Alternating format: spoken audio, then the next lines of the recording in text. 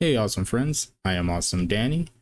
My associate, Sonny McSunnerson, could not make it today on the account that he is busy napping.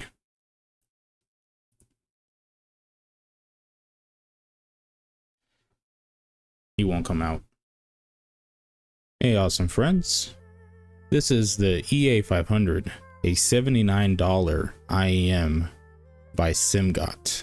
It has pretty much taken over any of my audio needs at my desk for the last week or so.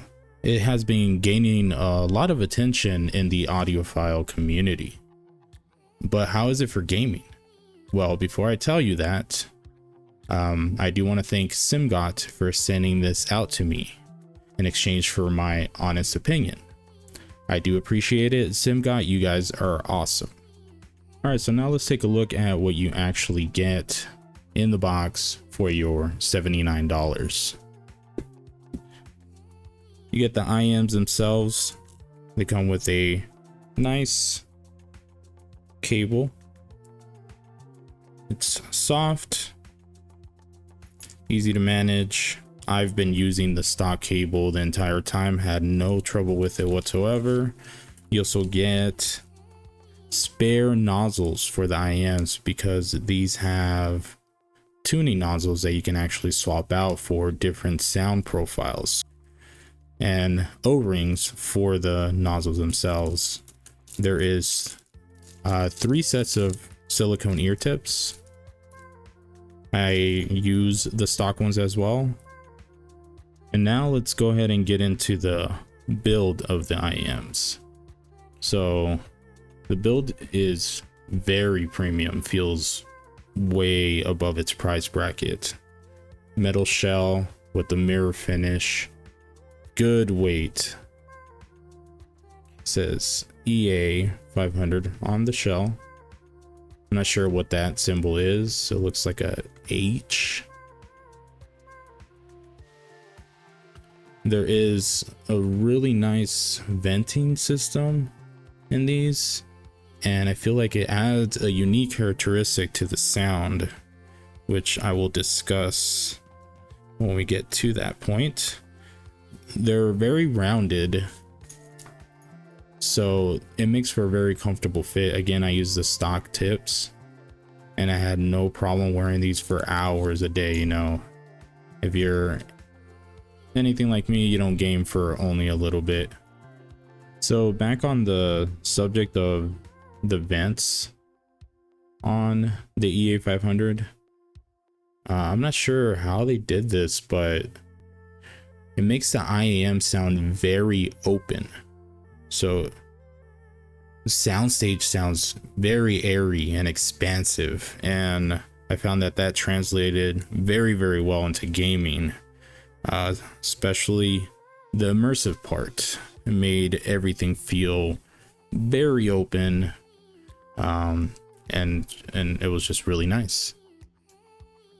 So for the tonal signature of these IEMs, I'm gonna talk about my experience with them in music. First, to give you an idea of what they sound like. So with the sub bass, which is what you feel, you know, that rumble, it wasn't very amplified. There's a good amount, but it is on the leaner side, so you still get a little bit of the rumble, but without it becoming too overpowering. The mid bass itself is very clean, concise, punchy, which is my preference. It kind of reminds me of the Litshore Galileo, which is another IEM I've reviewed.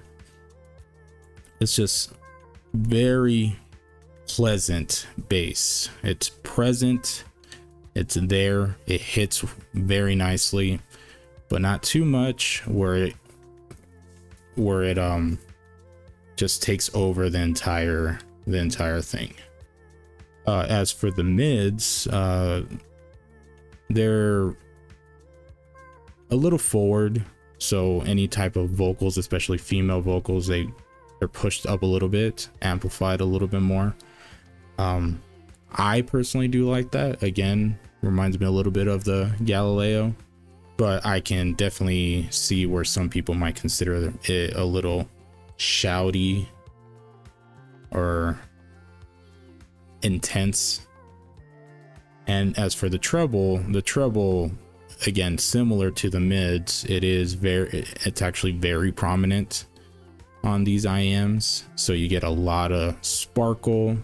It can even be considered intense or spicy depending on the type of music that you're listening to or the artist. So if you are treble sensitive, it's something that you're gonna want to take into account. So just to recap, the tonal signature, good amount of rumble, though minimal from the sub bass, a nice satisfying impact from the mid bass, but very clean, a good amount of mids, so those are pretty prominent, a little forward, vocals, instruments, and the treble can get, again, a little intense. For me, it was not a big deal at all, because I do enjoy a good amount of treble, that sparkle, the extra details it brings in my music. But now let's talk about how that translates over to gaming. So before we get into how the EA500 does in gaming, just keep in mind that you will always be limited by the audio engine and design of the game that you are playing. So no matter how good your transducer is, in this case the EA500, it can only extract what is being provided by the audio. So I actually tested the EA500 in two separate gaming scenarios. One would be competitive gaming, so anything like PvP or shooters, and in the other one it was immersive gaming, so story driven gaming or more casual story focused gaming. So overall, I actually liked the EA500 for both type of gaming scenarios, competitive and immersive. But let's get into the details of how they did in each one. So in competitive or PvP, I mostly used it in Destiny 2. So again, how I mentioned before, that extra treble that the EA500 has, it really amplified the little nuances, the little details while playing. Imaging is pretty good on the EA500, which imaging is the directional sound, so you can pinpoint or track enemies pretty well. The clean bass made it so that things didn't get too overwhelming when there was a lot going on. So once there was, supers going off or grenades or more than one person doing, team shooting or something like that, there was impact in the audio because of the bass, but the lower sub bass and the clean mid bass made it so it wasn't too much where you would lose track of what was going on. Separation is decent. The depth perception was okay. It could be better, but it was good enough for me to be able to hear enemies approaching. Like, I'm not very good at PvP, but I definitely was able to hear, that hunter sneaking up around the corner to shove his shotgun up my ass. I heard plenty of deaths coming. All right, so now to touch on immersive gaming, I tested these on Valheim and New World. Again, I liked it in immersive gaming. Maybe it was lacking a little bit of the sub bass. I feel like that type of gaming, the warmer sound signature is a little bit better, a little bit more rumble and a little bit more bass. The mids and treble made everything, again, very detailed. The venting system with that open soundstage just made everything so expansive and alive.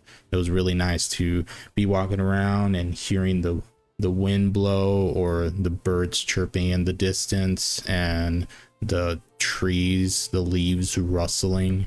It just was very nice. In New World, when you were just farming materials and you would pick up wood or stone and ore, and just the impact of the pickaxe hitting the rock or the axe hitting the tree stump, and you just felt that solid impact and then that reverb echoing. It was very lifelike. You know, I've personally chopped wood and that's what it sounded like. Chopping a tree down, hit it with an axe, that's what it sounds like in real life. So in conclusion, the EA500 is a really nice pick, good value. Again, build is very premium, comfort is great. The shell is a little heavy, but I did not have any issues with that at all. I used it for music. In music, it is not my preferred IEM. It does a very good job, and it, again, very detailed, very good for music. It's just that treble can sometimes be a little much, but as of right now, this is my daily gaming IEM. If I'm gonna log on and do anything on my PC, I grab the EA500, and I'm really glad that I was able to try it. I do enjoy it. I suggest if you get an opportunity to try it for yourself and see what you think. Again, I am Awesome Danny, and until next time, you stay awesome, friends. Goodbye.